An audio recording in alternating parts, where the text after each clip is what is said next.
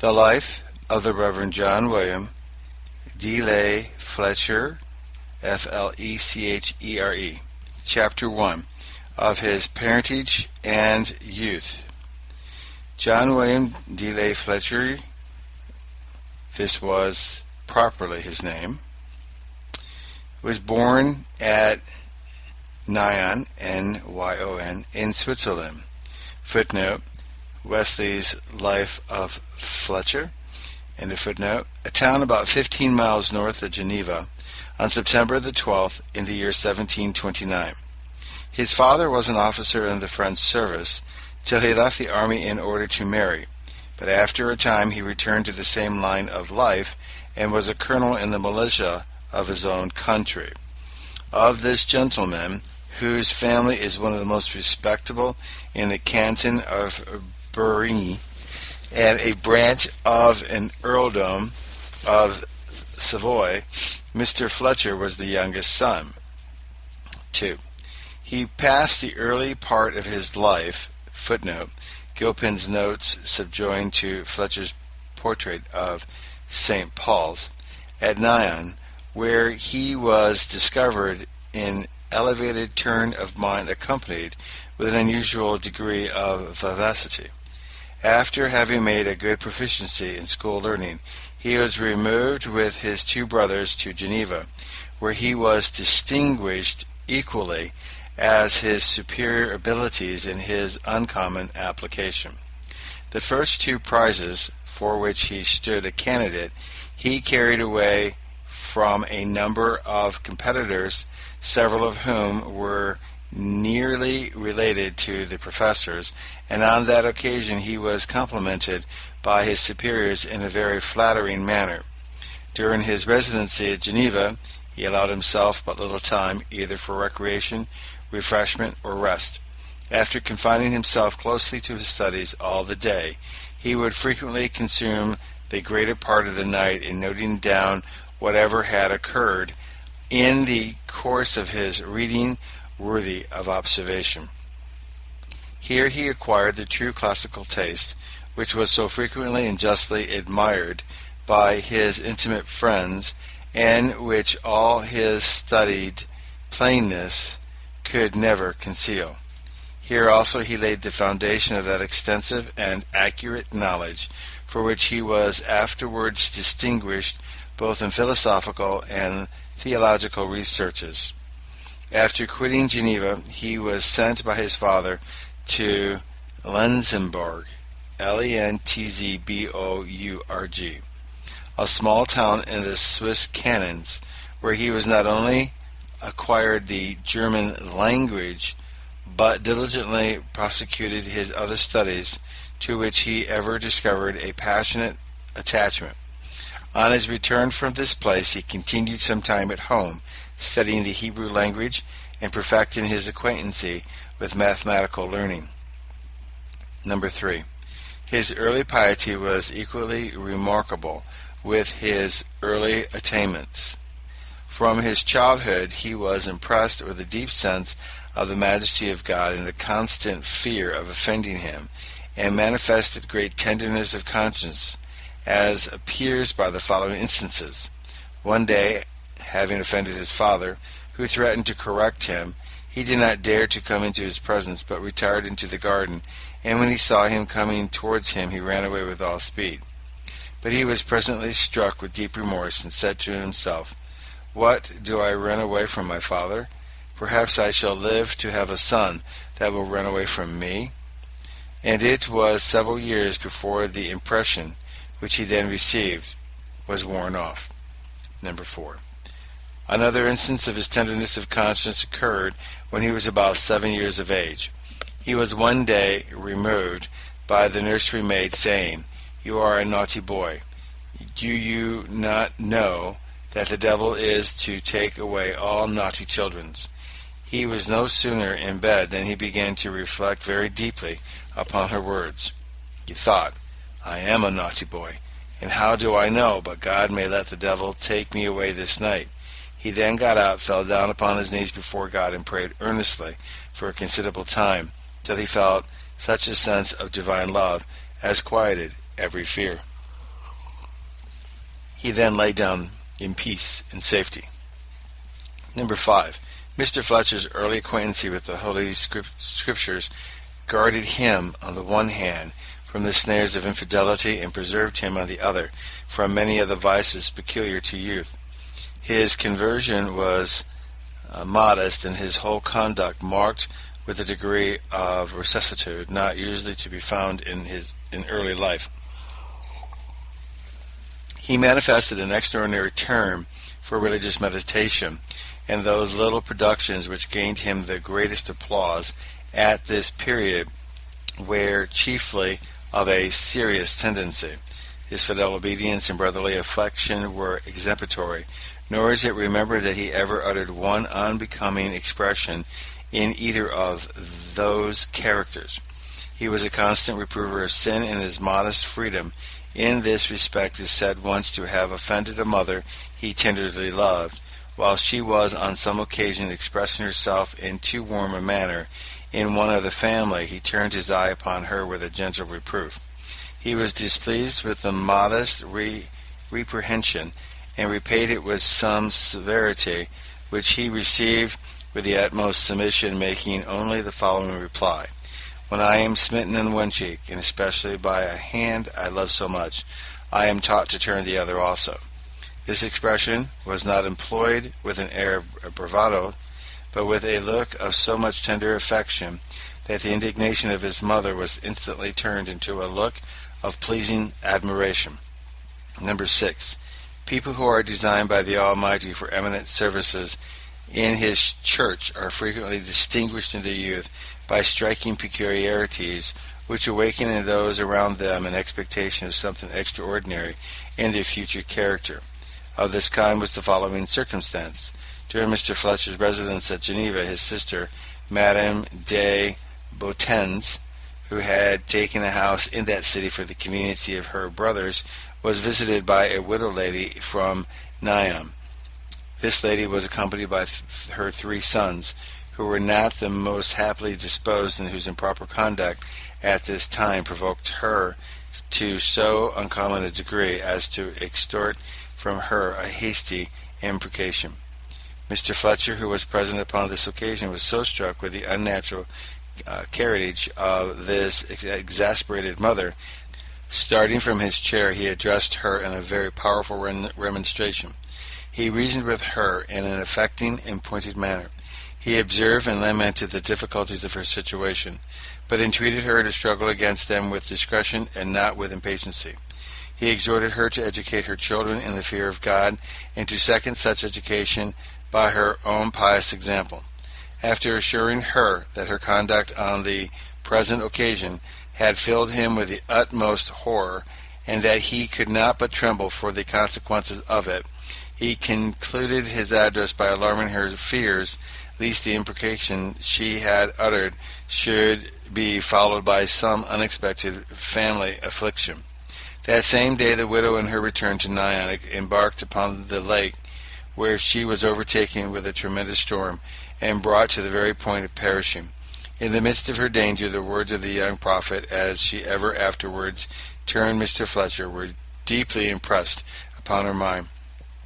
But they shortly returned upon her in a more forcible manner. With the melancholy intelligence, the 2 of her sons were lost upon the lake, and the 3rd crushed to death at one of the gates of Geneva. At this time, Mr. Fletcher was not more than 14 years of age. Number 7. While Mr. Fletcher was yet a youth, his life was sundry times in imminent danger, but was mercifully preserved. One day, as he informed Mrs. Fletcher, he and his elder brother, being about to exercise themselves in fencing, had taken real instead of wooden swords, with buttons fixed upon the points of them. His brother making a hard push at him, the button upon the point of his sword split in 2, and the sword entered Mr. Fletcher's side near his bowels, and gave him so deep a wound that he carried the scar of it to his grave. On another time he and his brother went upon the lake of Geneva in a little boat, and rowed forward till, being out of sight of land, they knew not what way they were going, nor whether they were approaching or removing further from the shore from which they had set out. The evening now came on, and it was beginning to grow dark, and as they were proceeding towards the middle of the lake, in all probability they would have been lost, but it was not providentially happened that, in consequence of some news arriving in town, the bells began to ring. They could but just hear them, but they were soon convinced that instead of rowing to land, as they had intended, they had been proceeding further and further from it, making now towards the quarter from which they perceived the sound to come. They found they had but just strength enough left to reach the shore. Number 8. To these accounts of his remarkable preservation given by himself to Mrs. Fletcher, I shall add some still more remarkable, which he gave to Mr. Samuel Webb of London, then residing at Madeley, as related in the short narrative of his life and death, published by Reverend Mr. Wesley. When I was a lad, I had a design to get some fruit out of my father's garden. The door being locked, I could not get in, but by climbing over the wall. This was very high, but with some difficulty I got to the top of it. As I was walking upon it, my foot slipped, and I fell down to the bottom. But just where I fell, a large quantity of fresh-made mortar was laid. I fell exactly upon it. This broke my fall, or it might have cost me my life. Again, once as I was swimming by myself in deep water, one end of a strong ribbon which bound my hair, getting loose I know not how, and twisting about my leg, tied me as it were neck and heels. I strove with all my strength to disengage myself, but it was to no purpose. No person being within call, I gave myself up for lost. But when I had given over struggling, the river band loosed of itself. Another instance of the tender care which God had over me was as follows. One evening I and 4 young gentlemen, in high spirits, made a solemn agreement with each other to swim next door to a rocky island 5 miles distant from the shore. But this foolish adventure was within a very little of costing us all our lives. I and another indeed did with great difficulty and hazard swim to the island. But when we came thither, the rock was so steep and smooth that we could not possibly climb up. After swimming round several times and making many ineffectual efforts, we thought we must perish there. But at length one of us found a place where he made a shift to crawl up. He then helped his companion. The other swam about halfway. A boat then took them up when they were just sinking. Another boat which we had ordered to follow us afterwards came and took us home. Number 9. But the deliverance of which he gave an account in the year 1760 is yet more wonderful. Some years since I lived at a place very near the river Rhine. In that part it is broader than the Thames at London Bridge, and extremely rapid. But having been long practiced in swimming, I made no scruple of going into it at any time. Only I was always careful to keep near the shore, that the stream might not carry me away. Once, however, being less careful than usual, I was unawares drawn into the mid-channel. The water there was extremely rough and poured along like a galloping horse. I endeavored to swim against it, but in vain, till I was hurried far from home.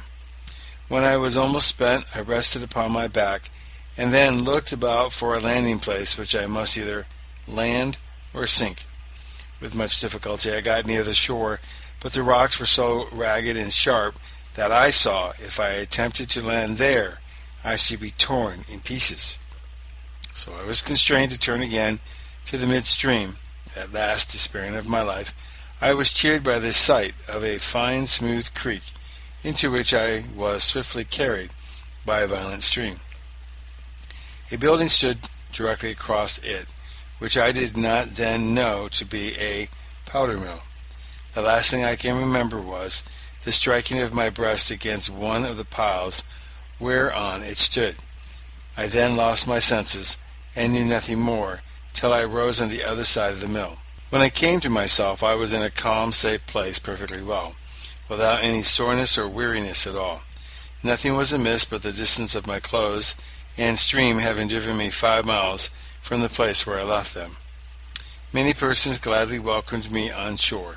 One gentleman in particular who said, "I looked when you went under the mill, and again when you rose on the other side. And the time of your being emerged among the piles was exactly 20 minutes.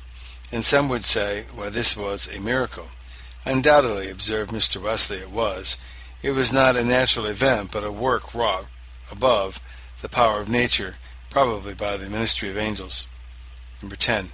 After Mr. Fletcher had gone through the usual course of study at the University of Geneva, it was the desire of his parents that he should be a clergyman. "As far as nature can furnish a man," says Mr. Gilpin, "for offices of a sacred kind, perhaps there never was a person better qualified to sustain the character of a minister of Jesus Christ than Mr. Fletcher. His disposition and habits, his sentiments and studies, his reverential awe of God, his insatiable thirst for truth, and his uncommon abhorrency of vice, gave his friends abundant reason to apprehend that he was marked at an early age for the service of the Church.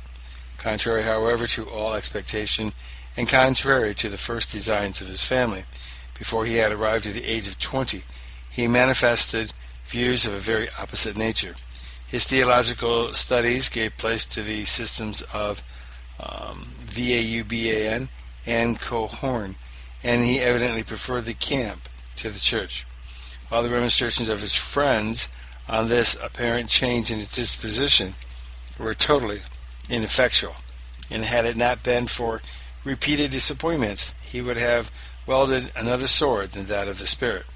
Happily, his projects for the field were constantly baffled and blasted by the appointments of that God who reserved him for a more important scene of action.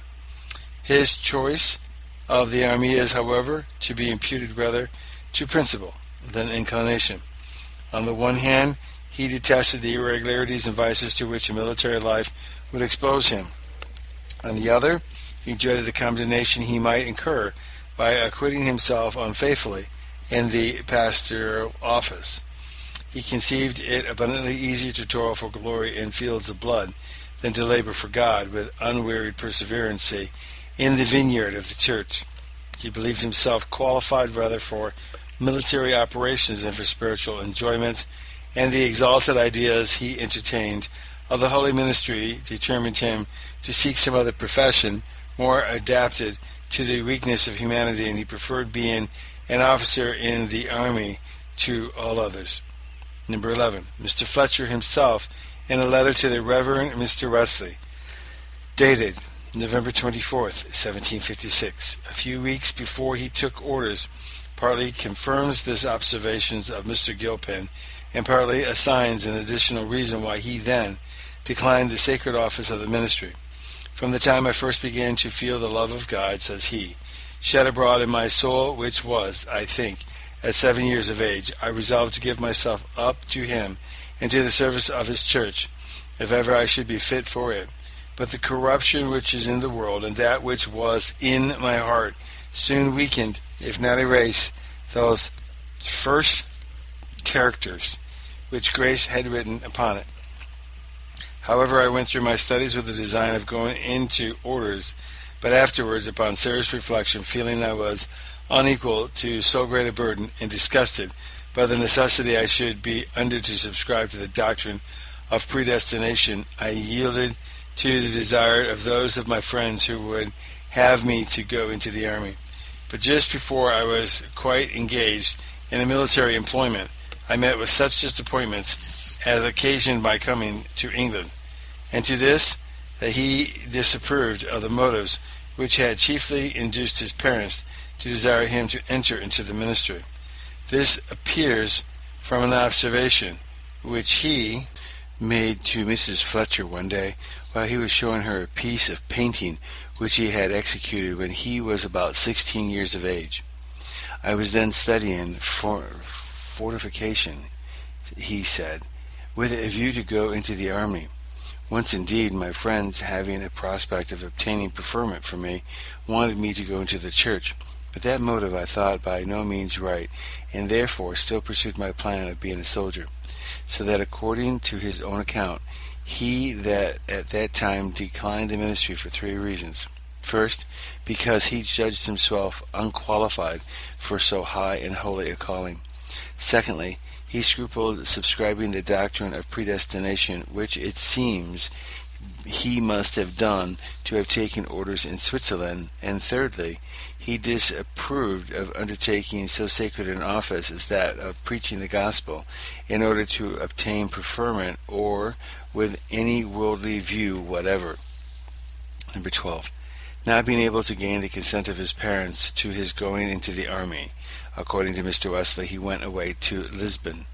Here, it seems, he gathered a company of his own countrymen, accepted of a captain's commission, and engaged to serve the King of Portugal on board a man-of-war, which was just then getting ready with all speed in order to sail to Brazil.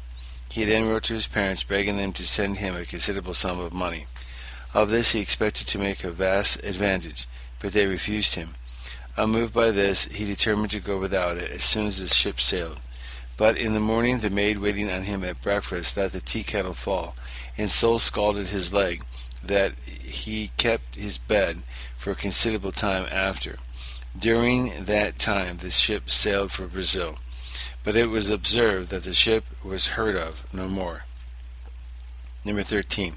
His desire of being an officer in the army, Mr. Wesley tells us, continued after he returned from Lisbon.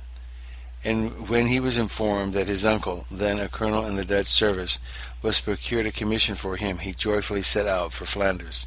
But just at that time the peace was concluded, and his uncle dying quickly after, his hopes were dashed, and he gave up all thoughts of being a soldier. And being disengaged from all business, he thought it would be amiss to spend a little time in England. Number 14. Coming to the custom house in London with some other young gentlemen, none of whom could speak any English, they were treated with the utmost surliness and ill manners by some brutish custom-house officers. They not only took out and jumbled together all the things that were in their portmanteaus, but took away their letters of recommendation, telling them all letters must be sent by the post. It was justly observed by Mr. Wesley that they are such saucy and ill-mannered wretches as these who bring up an evil report on our nation. Britons might well be styled hospitable fury if they were all like these vermins. 15. From hence they went to an inn, but here they were under another difficulty. As they spoke no English, they could not tell how to exchange their foreign into English money, till Fletcher, going to the door, heard a well-dressed Jew talking French. He told him the difficulty they were under with regard to the exchange of money. The Jew replied, "Give me your money, and I will get it changed in 5 minutes." Mr. Fletcher, without delay, gave him his purse, in which were 90 pounds. As soon as he came back to his company, he told them what he had done. They all cried out with one voice, "Then your money is gone. You need never expect to see a crown or a duet of it any more. Men are constantly waiting about the doors of these inns on purpose to take in young strangers." Seeing no remedy, no way to help himself, he could only commend his cause to God, and that was enough. Before they had done breakfast, in came the Jew and brought him the whole money. Number 16. Inquiring for a person who was proper to perfect him in the English tongue, the rudiment of which he had begun to learn before he left Geneva, he was recommended to Mr. Burchell, Burchell, who then kept a boarding house at South Mims, Mimms, in Hertfordshire.